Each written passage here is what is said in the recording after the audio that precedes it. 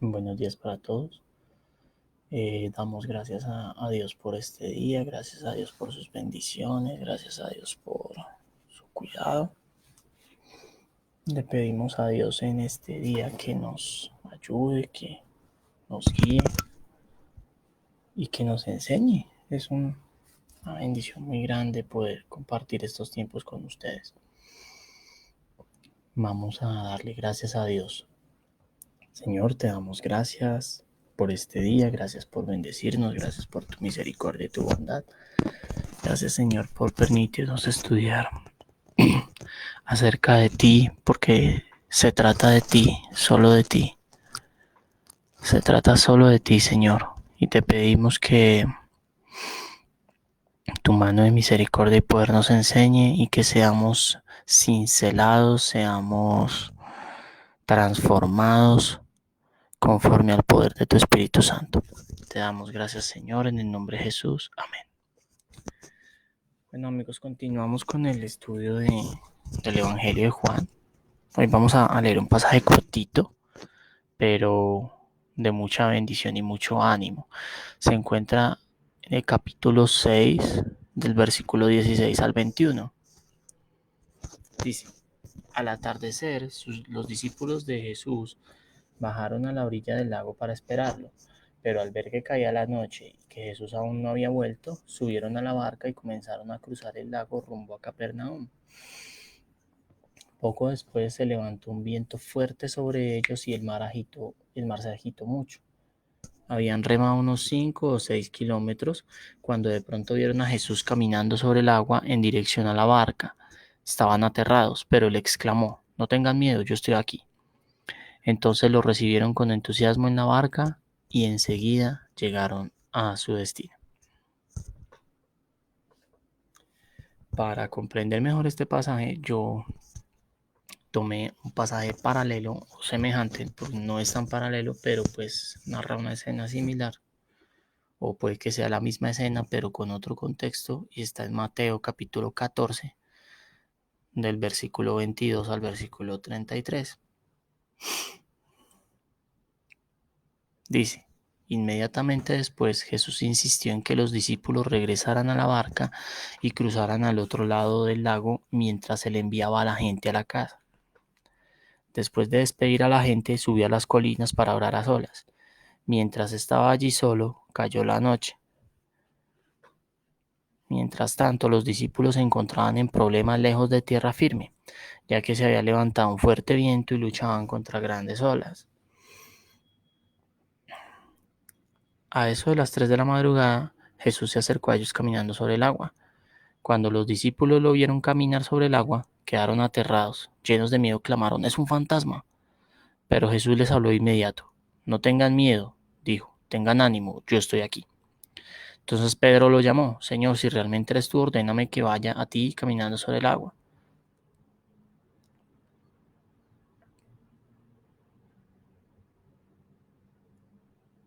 Entonces aquí ya sigue otro contexto, que es el de cuando Pedro caminó sobre el agua. Entonces ese no lo voy a leer, voy a dejar hasta acá. ¿Cuál es el contexto de este pasaje? Del pasaje de Juan. Acabo de darles de comer a no sé cuántos miles de personas y Jesús se fue porque estas personas lo querían hacer rey, lo querían volver su jefe político. Y Jesús no había, como hablábamos ayer, él no había venido para eso y por lo tanto él se fue. En el pasaje de Mateo dice que despachó a la gente, que se quedó despachando a la gente y después se fue solo a orar. En los dos casos finalmente lo que hizo fue irse y se fue a orar, y mandó a sus discípulos, dice en Mateo, adelante. Entonces, digamos aquí en Juan, no se podría asumir que fue que ellos dejaron botado a Jesús y mirar cómo se defiende y nos vemos al otro lado. No, ya Jesús previamente les había dicho: váyanse y yo más adelante los alcanzo, yo mirar cómo los alcanzo. Entonces ellos se fueron y de pronto se levantó una ventisca.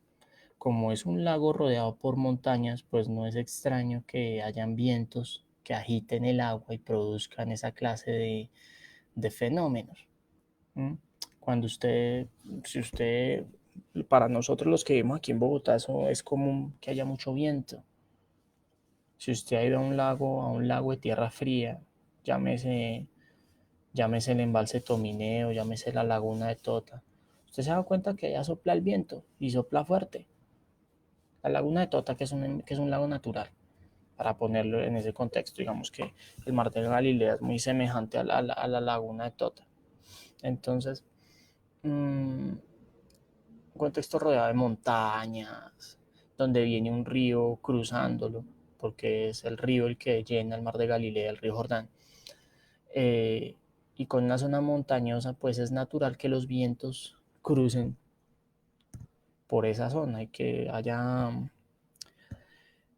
movimientos del viento que agiten el agua.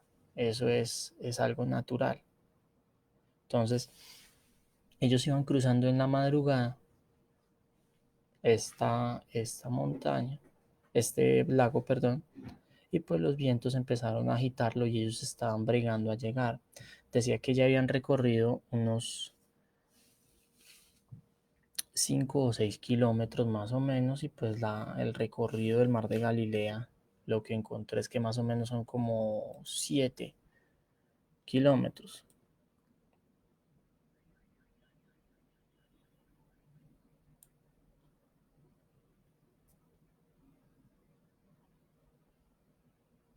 Permítanme, ya les confirmo el dato que lo tengo acá a la mano.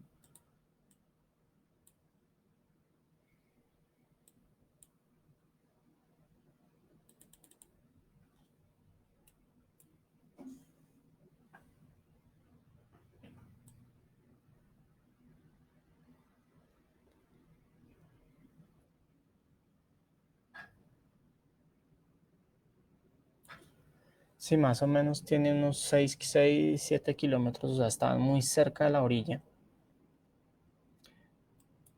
pero pues habían remado toda la noche y estaban agotados. Y ya estando cerca de la orilla, ellos fue que el viento los empezó a molestar. Más o menos el lago tiene una extensión de unos 7 kilómetros. ¿Listo? Ujú. Papi me puse saco con la camiseta de tigre. Bueno, mi corazón. Ve y sigues jugando, que estoy terminando acá el video, ¿bueno? No estoy jugando. Bueno, entonces espérame y escucha lo que estoy hablando. Bueno, una pequeño paréntesis.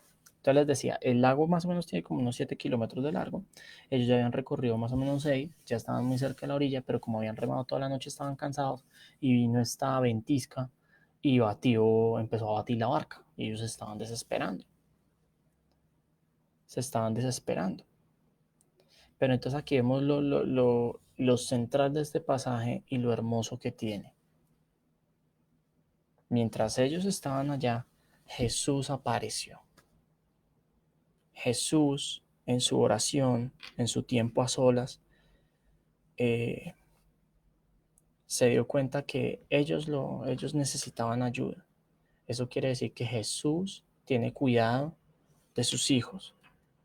Jesús tuvo cuidado de ellos. Muy seguramente bajó de su tiempo de oración y empezó a caminar y él sabía lo que estaba pasando y sabía que ellos estaban bregando en la barca. Sabía que ellos estaban luchando contra esa tormenta, que ya estaban desesperados, que estaban cansados, sobre todo por el cansancio, porque uno no, digamos, uno no se puede imaginar a un pescador desesperado en medio del mar, porque pues estos eran pescadores expertos, eran pescadores ya veteranos en el asunto, ¿sí? Con experiencia. Entonces, pues, digamos que el temor de ellos no era tanto la tormenta, sino era el cansancio que tenían para poder seguir remando contra la corriente, ¿cierto? Entonces, Jesús sabía del desespero, ya del cansancio, y Jesús acudió en su ayuda. Jesús acudió para darles consuelo, aliento y esperanza. Pero entonces llega de una forma muy particular. Jesús llega, pasa a la orilla y empieza a caminar sobre el agua y aparece en medio de ellos. Entonces, claro, lo primero que ven estos tipos se aterran porque como dice Mateo, uy, un fantasma, ¿qué es esto? Porque les aparece caminando sobre el agua. En todas las traducciones que encontré aparece caminando sobre el agua y la palabra es epitestálasis, que quiere decir caminando sobre el agua. No estaba ni en la orilla, no estaba ni como que llegó a la orillita y se les fue por la orilla, no, estaba caminando sobre el agua. Este hombre caminó sobre el agua y fue hasta ellos en el momento de angustia, ¿sí? Y les dijo, yo estoy aquí. Les dijo, tranquilos, frescos, ya llegué, aquí estoy yo, no se preocupen, todo está bien. Y dice en este pasaje, muy bonito, los recibieron con entusiasmo en la barca. Los recibieron con entusiasmo, los recibieron con aprecio, los recibieron con ese anhelo que es el Señor. Es el Señor y Él nos va a llegar a puerto seguro. Con Él estamos bien. Inmediatamente después dice, entonces, y enseguida llegaron a su destino. Entonces, ya te doy una fruta, amor. Espérame 5 minuticos, ¿vale? Entonces, lo interesante de este pasaje es que con Jesús nosotros llegamos a puerto seguro. Mire, ¿qué vemos acá? Unas personas remando contra la corriente, remando contra una tormenta, angustiados, desesperados, cansados. Y viene Jesús e irrumpe en esta situación, les dice, tranquilos, aquí estoy yo,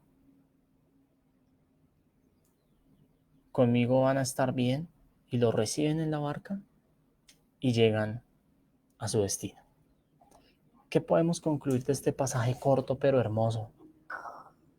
A pesar de las tormentas de la vida, amigos, amigas, a pesar de las dificultades que podamos vivir, a pesar de eh, la, las situaciones difíciles que podamos estar pasando, como por ejemplo y con esta pandemia, a pesar de todas las tormentas que se nos puedan avecinar, Jesús viene a nuestra vida si nosotros hemos creído en Él, por supuesto, porque si no creemos en Él, pues no va, no va a haber nada, que no le conocemos.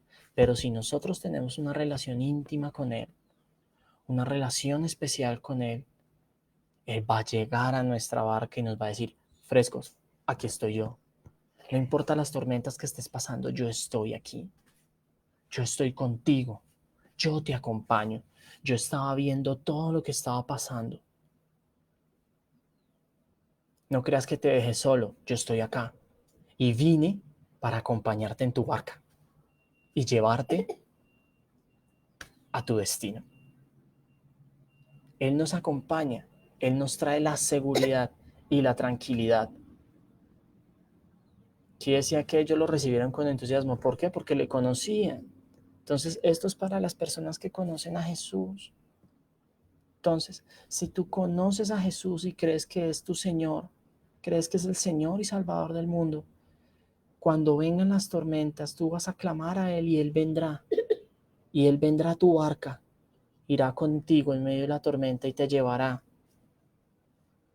a puerto seguro, a cruzar esa tormenta. Mi invitación en esta mañana es primero a conocer a Jesús. ¿Tú quieres tener paz en medio de tus tormentas? Jesús traerá la paz. Es necesario que le conozcas. Es necesario que conozcas que posiblemente tus tormentas son causa de tus pecados. Que tus tormentas son causa de vivir una vida alejada de Dios.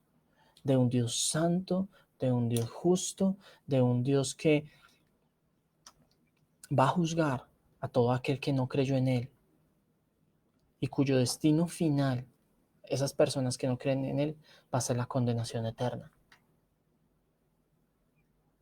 Pero Él mismo en su infinito amor proveyó una salida a pesar de nuestra condición caída, de nuestra condición desgraciada e infeliz.